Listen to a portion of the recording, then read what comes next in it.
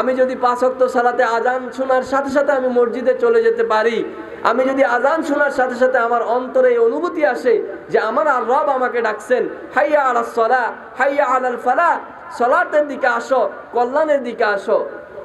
আমরা কল্যাণ তালাশ করি, আমরা কত জায়গায় দৌড়াই কল্যাণের জন্যে, ভালো কিছুর জন্যে আমরা কত কিছু করি, ব্যবসা বাণিজ্য, ক্ষেত খামার, সব কিছুর উদ্দেশ্য কি?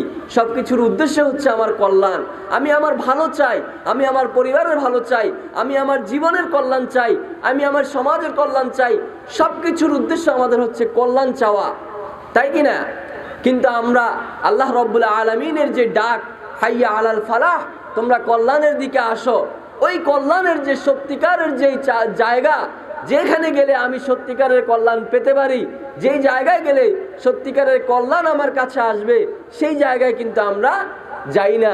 সেই বিষয়ে আমরা সবাই প্রায় বেখেয়াল। আল্লাহর কাছে গেলে, আল্লাহর কাছে চাইলেই যে আমরা কল্যাণকামী হব সেটা আমরা বুঝি না। আমরা সালাত ছেড়ে দিয়েছি, সালাত ছেড়ে সালাতের টাইম শেষ হয়ে যায়, জামাত শেষ হয়ে যায়, কিন্তু আমরা আমাদের দুনিয়াবি কাজে ব্যস্ত থাকি। আমরা কল্যাণ তালাশ করি মসজিদের বাহিরে গিয়ে। এটা কি সত্যিকারের কল্যাণকামী মানুষ? ওই মানুষ সত্যিকার অর্থে কল্যাণ নিজের জন্য চায় না। সে কল্যাণ চায়, কিন্তু সত্যিকার অর্থে কোথায় গেলে তার কল্যাণ হবে, কোথায় গেলে সে কল্যাণকামী হবে, সেটা সে বুঝে না। প্রিয় ভাইয়েরা, এই জন্য আমাদেরকে বুঝতে হবে, ঈমানের পরে, শাহাদাতের পরে, আল্লাহর সাক্ষী দেওয়ার পরে দ্বিতীয় নাম্বার যে ইসলামের মূল স্তম্ভ, সেটি হচ্ছে সালাত। সালাত আমাদেরকে আদায় করতে হবে। প্রিয় ভাইয়েরা, আমরা 5 ওয়াক্ত সালাত ঠিকভাবে আদায় করব তো ইনশাআল্লাহ? ইনশাআল্লাহ। যারা আমরা 5 ওয়াক্ত সালাত আদায় করি তারা তো করছি, আলহামদুলিল্লাহ।